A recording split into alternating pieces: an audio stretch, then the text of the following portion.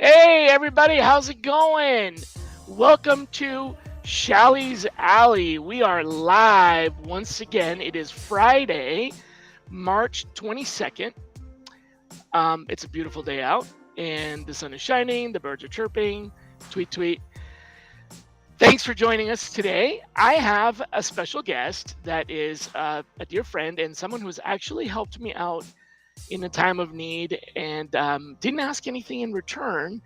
Very generous person, my friend Gwen Silverstein. Gwen, welcome to Shally's Alley. How does it feel to be in the alley with Shally? It feels awesome. Thank you. It's such an honor to be with you. Oh, come on, quit it. The honor is all mine. Thank you so much for helping me out. For those of you that don't know Gwen, I'm sure many of you already do from her posts on LinkedIn. Gwen is a HR or TA executive that also does career coaching as a business practice. I'll put a link up to her page here. And Gwen was recently laid off at a company and is looking for a new opportunity, and has also during that time taken the opportunity to do some soul searching and think about what's happening now and what she wants to do. And she decided to pursue this the passion of hers to start her own business and be a solopreneur. Welcome to the solopreneur lifestyle, and be a career coach.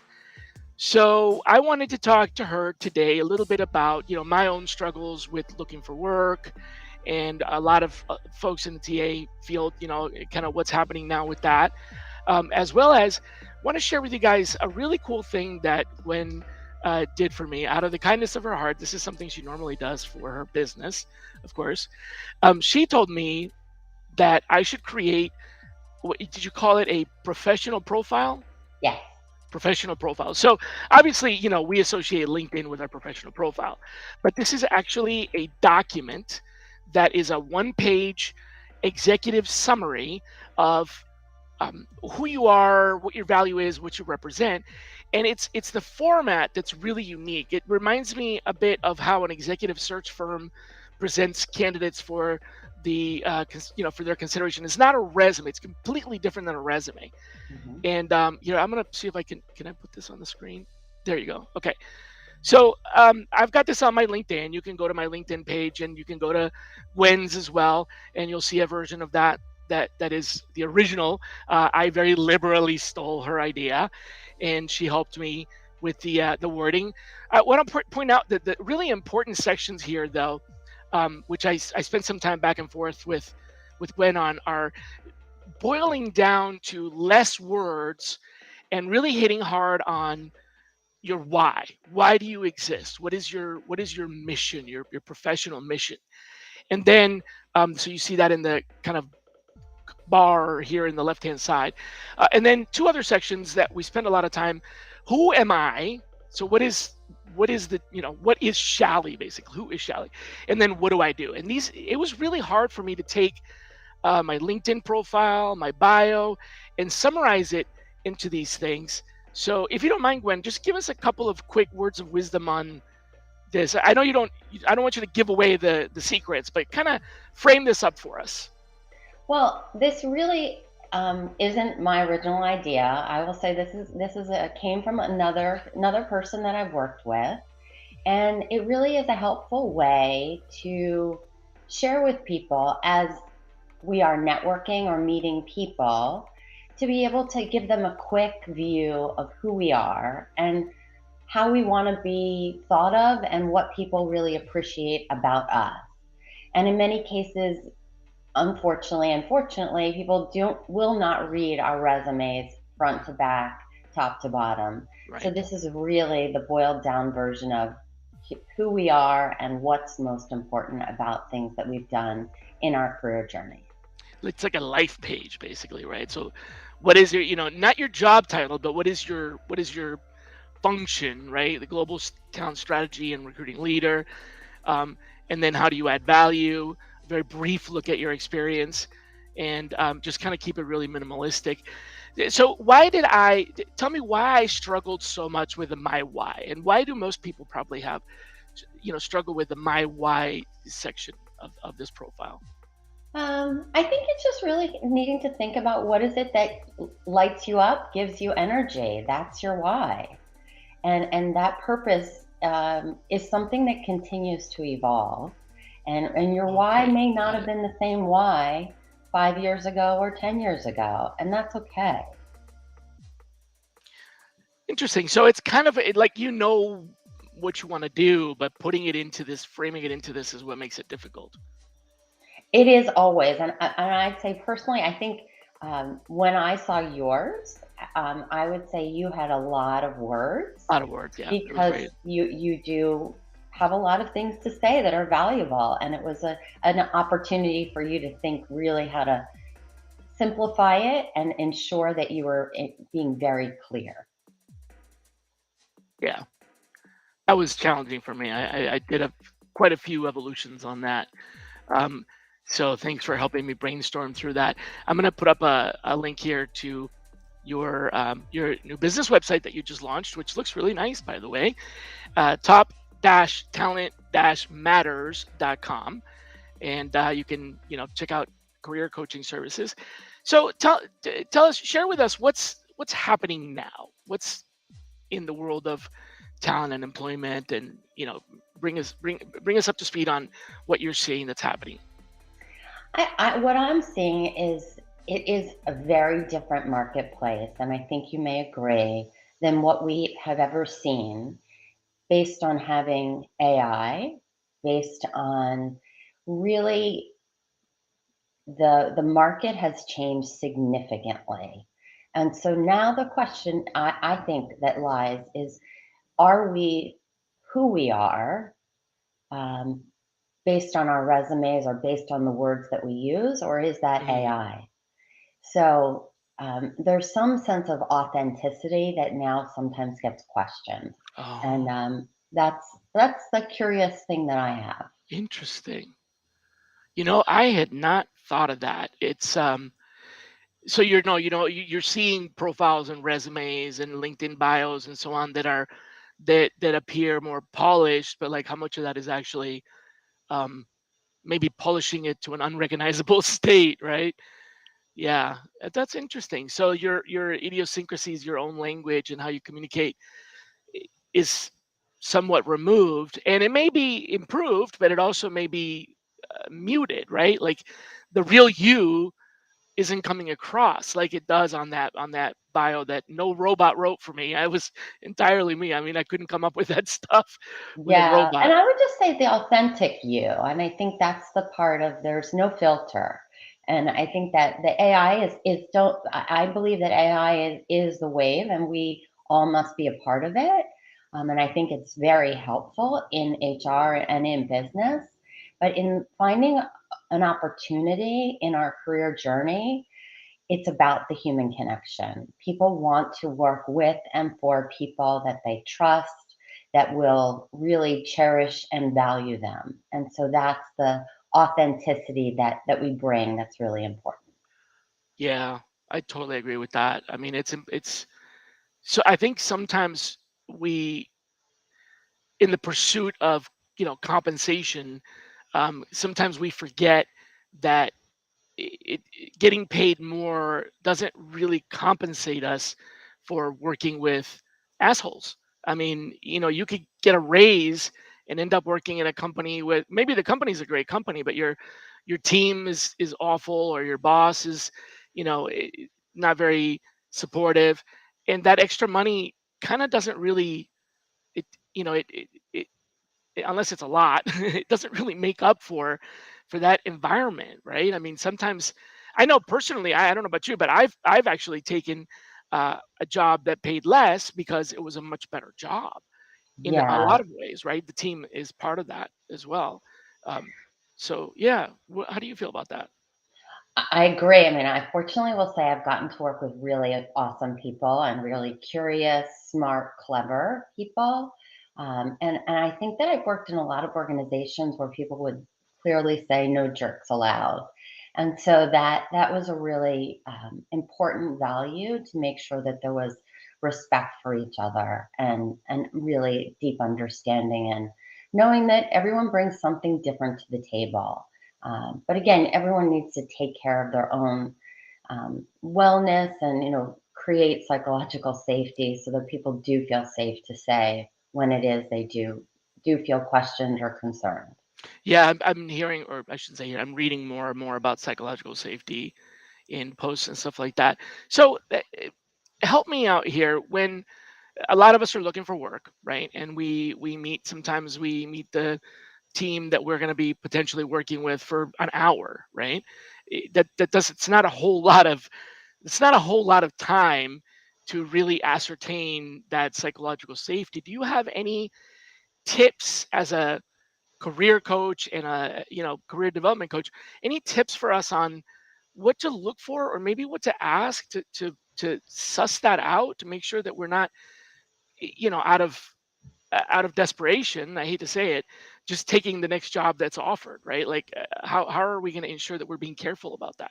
What can you Yeah, it's a great question, Shally. And actually, I just spoke to someone this week that described how they took a role and realized after 90 days it wasn't the right place for them. mm, And I think one of the things that is just as always remaining curious and kindly and curiously asking, what is it that I might be most surprised about after being a part of your organization oh, I in like 30 or that. 60 days that I didn't ask and you didn't tell me?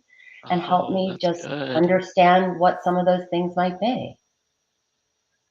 Ask about what might I be surprised about? And also ask the person on the team, what were you most surprised about? Oh, I like that even more. Yeah, that's a great follow up. Ah, that's good. That's And good. that's especially easier to ask someone that's more recently joined an organization. It's a little bit challenging to ask someone that's been with an organization For for, 10 years or, yes, yeah, that could be a extended little. period of So again, time. I think you may need to adjust that question slightly. But Yeah. really making sure, again, because so many interviews now are being done virtually and not in person, there is something needing to ask more questions, and the process does take a little bit longer. And I think that is a healthy part to making sure it will be a place that you will thrive. Yeah, definitely. Otherwise you might end up, yeah, making a regrettable mistake, and yeah, maybe you get a salary for a little while, but yeah, quality of life is not, isn't what you would have thought. So tell me a little bit about, there may be lots of folks out there who are listening and tuning into Shally's Alley that maybe have never utilized the professional services of a career coach, a career consultant that helps people accelerate their professional journey, their professional development. Some, folks have used maybe life coaches and, sports coaches, but maybe, they've arrived at a point in their career where now they should be considering the services of a career coach, but maybe either A, don't know, didn't even know about that, or just don't know what what is all entailed. So talk to me like I've never heard of a career coach before, and tell me why I should think about this in my, Sure. in my current state. So I would say, Shally, what is it that what are some of the things that you dream about? What are some of the unachieved goals that you really want to accomplish?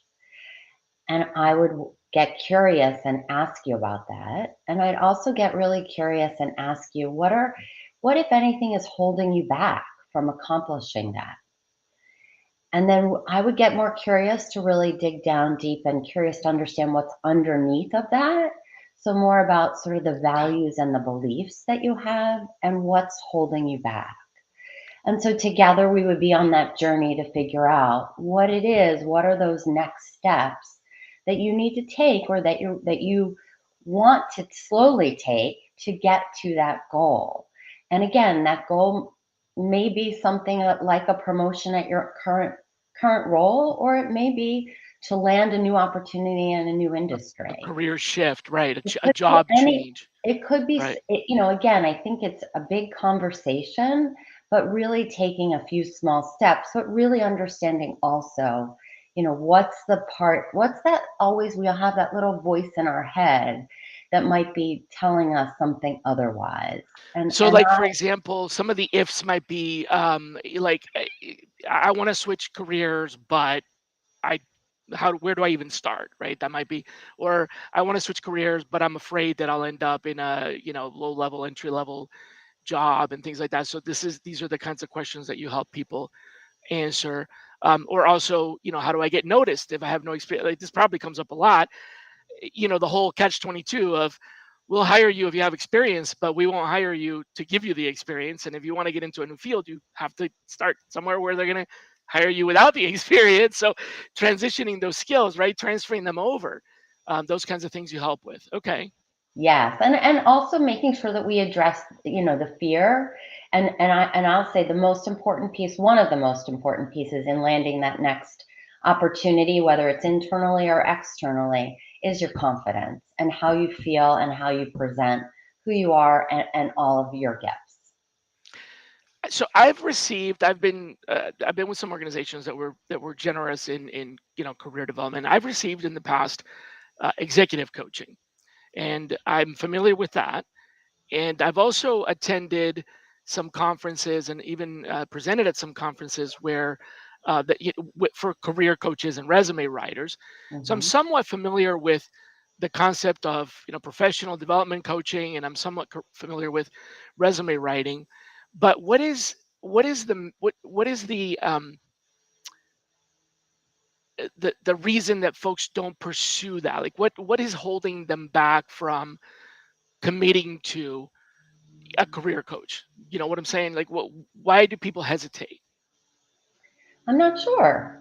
Maybe somebody else could answer that, but I would just say it's all those little pieces that you mentioned are the components, meaning the resume is a piece, the LinkedIn is a piece, networking is a piece, but really working through the center of it is really, let's talk about the long journey of your career. And as you and I know, many times we've had to iterate and change. And I think the change is the hardest part for many people. Oh my And gosh, yeah, that is definitely, especially the fear of change, right?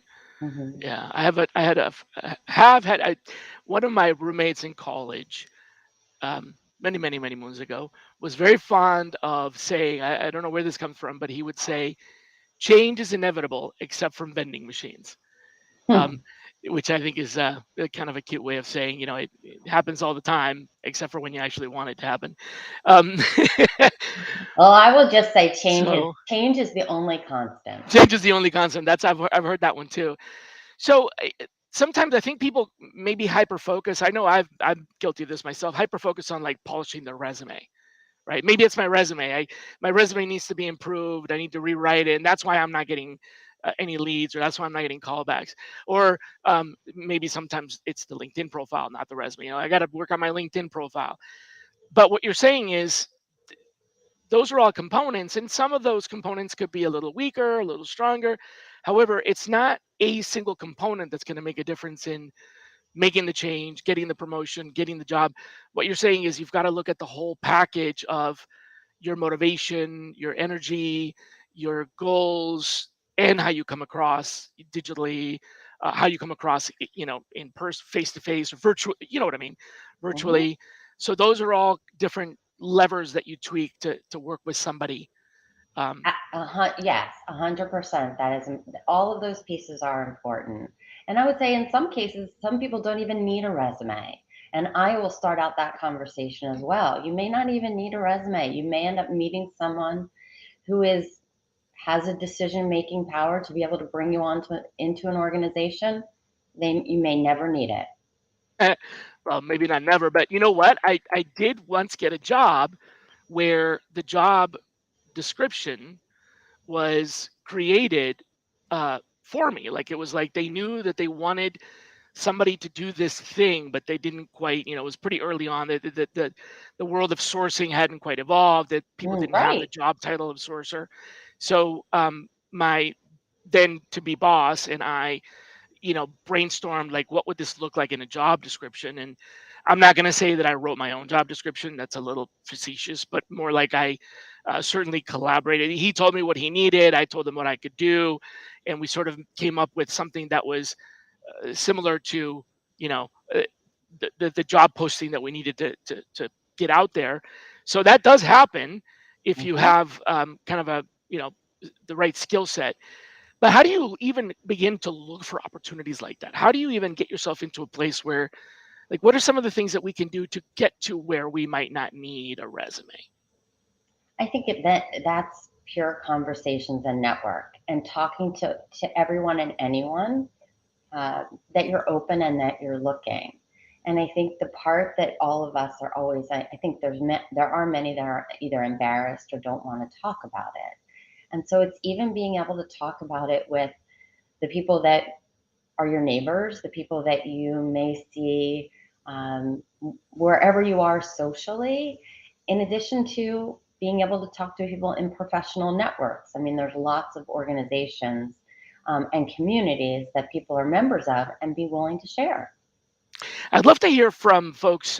Type a chat or question. I'd love to hear from you if you've had any strange experiences, um, during your career growth that you maybe want to either share or ask Gwen about. I'm gonna brag a little bit for you. First of all, just to let folks know why I'm counting on your advice here. So Gwen is a Six Sigma green belt.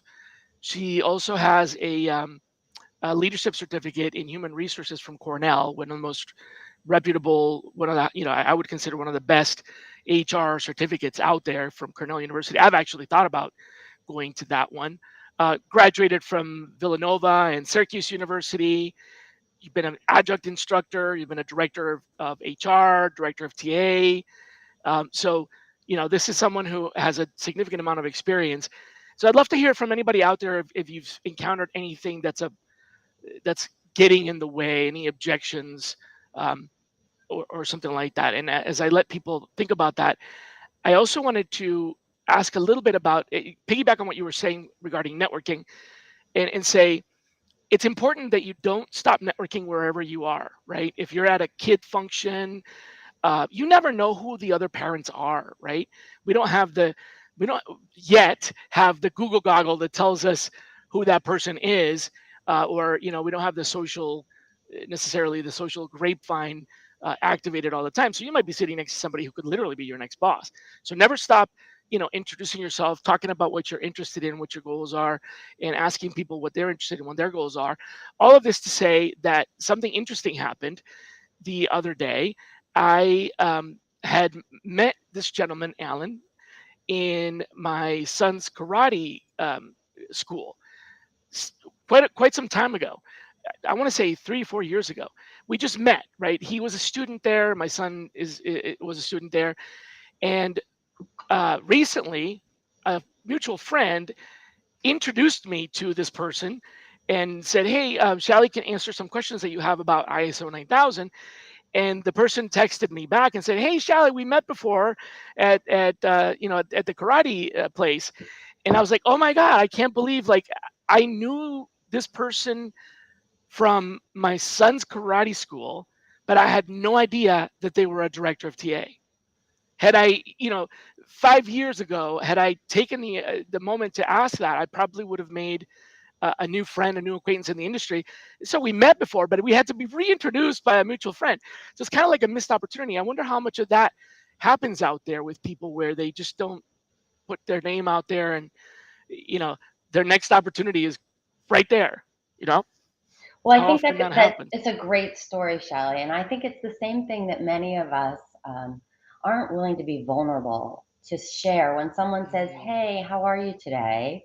And for you or for me, it might be to say, "I'm doing okay. I'm in the midst of a job search," right. and be willing and vulnerable to say, "How is that going?" So once we share that, it opens the door for someone to say, oh, my, I know someone. or my husband's doing that, or my friend is doing that. Maybe you could talk with them, or just to be able to make a connection. And I think it's be willing to be vulnerable. Why don't we do that? Why? And I'm gonna internalize that for a moment, and I'll try to answer that myself. But what is your take on why we don't say I'm looking for a job? Because we've been told that not having a job, we've been, I think, trained or told that that's embarrassing. And there's something wrong with that. And there's nothing wrong with it. I know it's not about you. It's not about me. It's about the state of a business. And since I've That business experienced that this, you were part of, right? and since I've many of us have experienced this many times in our careers, we need to remember it's not about us, and it's okay to share and to be vulnerable. And people ultimately want to help other people. That's true. Absolutely true. I think if you say that you're, if you come out and say it, then they'll be willing to help you. Or they just they're not they'll ignore it. I don't think maybe I'm wrong about this, but I don't think if you came out and said, well, things are going okay, but I'm in the middle of, career transition, I'm looking for a job. I don't think the other person's going to say, "Oh my God, you're such a loser." I mean, No, the it's first either thing going is to be I can help you, or oh, I'm sorry to hear that, I can't do anything for you, right? It's not going to be a negative thing. Um, but so I told you I was going to internalize that, and I realized that there was something that I had to learn for myself. I was laid off or consolidated or whatever, let go in January, um, and it took me a while. I mean, it's almost been 2 months now. It took me a while to reframe my my thought process around what happened, right? My first instinct, I wrote about this on a post. By the way, folks, some of you might not realize this, but actually one of the things that I committed to doing after I got let go was to say, you know what? I can't hold other people responsible for keeping in touch if I don't keep in touch. So I committed to reaching out to at first it was 5 people a day, now it's 2 people a day that I have lost connections with, people that I know, that I've known, and that's how Gwen and I got reconnected. And we found out we were both in the same boat basically. So what happened for me was I blamed myself. It was like, what what's wrong with me? How am I deficient? And why did they choose me? I get that it's a consolidation, it's a business decision. If I was the owner of the business, I probably would have made a similar decision, right? So I can't blame them for that, but I definitely internalized it. Internal, you know what I mean? So it took me a while to reframe it to now where I think about it and I go, it's not about me, it's about them. They had to make that decision. Mhm. And if I wasn't a fit for them, it's they are not a fit for me. So at first I was like, why am I not a fit for them? Why did they choose me instead of other people? Sucks that they had to let somebody go, but why was it me? And now I'm thinking more about it as they were the ones that weren't a fit for me. I'm glad to be, moving on. It was a it was a hard journey. Is that something that you find a lot of people go through, or am I Yeah, alone in that? yeah, no, it's very common, and being To blame it's ourselves. it's blame ourselves, but it's loss, and it's a real, and loss is a big thing. It can be no different than losing a dear family member, or Mhm. anything else. It's loss, and it's really needing to figure out where you belong and your next step, and allowing yourself to feel the loss. And I think that was something for you that was sort of the first step in the process. Yeah, that's actually what I wrote about is how getting laid off is similar to you grieve in the same kind of way. That was what my article was about. If you go to my LinkedIn profile, you'll see that that's one of the two articles that are featured there. And it was kind of a heavy thing for me. Um, it was just it, it was I don't want to say self-actualization because that sounds a little too new agey for what it really is. It was more like just stop blaming myself. Like it just really wasn't it wasn't It wasn't me. your fault. Yeah. But you still felt lost, and that you still had to allow Absolutely. yourself to feel it, and that Right. was the right thing to do. That's It what was a I beautiful arrived at. it was a beautiful article. And then I turned it around and said, all right, now what am I going to do? And, that's when we started talking about that. So, I wanted to ask you, I know we're a little bit over the half hour that I promised you. But I wanted to ask you one other thing about something else. We were talking about um, some of the challenges that we encounter when we're looking for work, and one of the ones that I shared with you was started suspecting or feeling like there's some ageism out there, and once you get to a certain age, maybe companies look past you, or just, I don't know, ignore you because for whatever reason. Um, am I just imagining that? I mean, it's possible that I'm just trying to assign reason to something that isn't there. But how do you feel about that? Is there a component to sometimes we apply for a job and to use the old term, we're overqualified.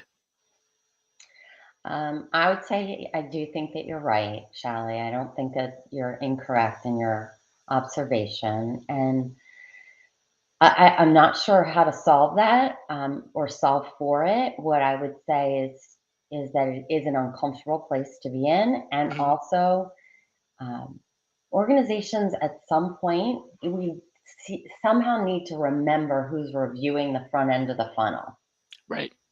and so it is really real, and um, it's unfortunate, but I think I say it kindly. At some point, organizations will need and recognize they need adults in the room. Yeah, I do. I agree with that, and I also want to kind of join this thought with the other thought you had before about identifying what you want, right? So I'm kind of thinking to myself, if it's the organization that is sort of, I'm just going to come out and say, prejudiced, right? For whatever reason, whether it's unconscious bias or whatnot, against old people like me, then maybe it isn't the kind of company I want to be with, right? So maybe, as much as it sucks to be left out of consideration because of something fairly arbitrary like my age, right? Which I think is in many cases a asset, as you were saying before, the experience. I still think that maybe if that's who they are, then maybe I don't want to be there. And the company that does value that is going to be a better employer altogether. So while I don't have a solution for you, I at least have a workaround, right? Find a company that actually cares about that. And the question I want to ask the audience is, if you or anyone you know out there has a solution or has an idea on how to work around this um, obstacle, right? To level the playing field. I'd love to hear from you and maybe even put you on the show. So you know how to find us. Oh, we have some advice here from Doug Ross. The challenge is finding an organization or opportunity that sees the value that more experienced well seasoned candidates bring to the table. They exist. Yeah. So that's kind of what I'm saying is maybe that's what I need to find, for Yeah, and myself. Shelley, you know it. You are right in that. At the end of the day, it's mutual when finding an opportunity. So Yeah. Well, we don't have an answer, but we have a workaround. So we're getting pretty close to the end here. I always ask two questions at the end of my show, of all of my guests, with one exception that we have. One time we let somebody off the hook. My two questions are: first of all, who should be our next guest? hmm. Doesn't mean that you're going to drop a name and they're going to be on the show. I mean, I still have to ask them. So who would you like me to invite as our next guest? Can I think about that? I'm not good on the spot. No problem. Yeah, think about it, and if you could, again, I still have to get their permission, right? I can't can't force anybody on the show, but yeah, I think I'd love to be able to. If you can think of someone that can talk about ageism, there's some advice again from Douglas Ross. Cut your resume in half. Actually, Well, I did that. you know who I would suggest? I'm going to Yeah, say, well, let me think about it. I don't want to throw someone's name we out have a there. Like, volunteer. All right, Doug, I'm gonna call on you. All right, I'll be reaching out. But yes, please, you're not off the hook. Let me know if you can think of someone, even if it's not for that, but some of the other things that we talked about. I'd love to have them on the show. And my last question is: a lot of folks watch or listen or check in on the replay over the weekend because it's during the middle of the workday and not everyone has the luxury of being able to tune in. So I like to leave our audience members with something to chew on. So is there something that you want the audience to think about? I'm not looking for words of wisdom. I'm looking for a thought-provoking question that leads to introspection and perhaps some self-generated wisdom. So what would you like the audience to ask themselves? Hmm. My question I would love for people to ask themselves is what are they curious about and what are they learning that's new, either about themselves or about the world? Is everybody curious about something? I don't know. Let's find out. Okay. Yeah. Because staying curious is really important. But so I would just say, what are you curious about and what are you learning either about yourself or about the world? Love it. Great. Okay. That's a great way to end the show. Thank you very much for your time and consideration and being a guest here on the show. Much Thank you appreciated. for having me. An honor. And I'll send you a few suggestions besides that Doug who suggested that he'd like to be on. He's self-suggested. I'm going to be reaching out to him for sure. I love that. All right. Well, thanks everybody, and we will see you here next Friday. Our special guest for next Friday is Jim Schneider. So tune back in. In the meantime, be kind to yourselves. Take care, everybody.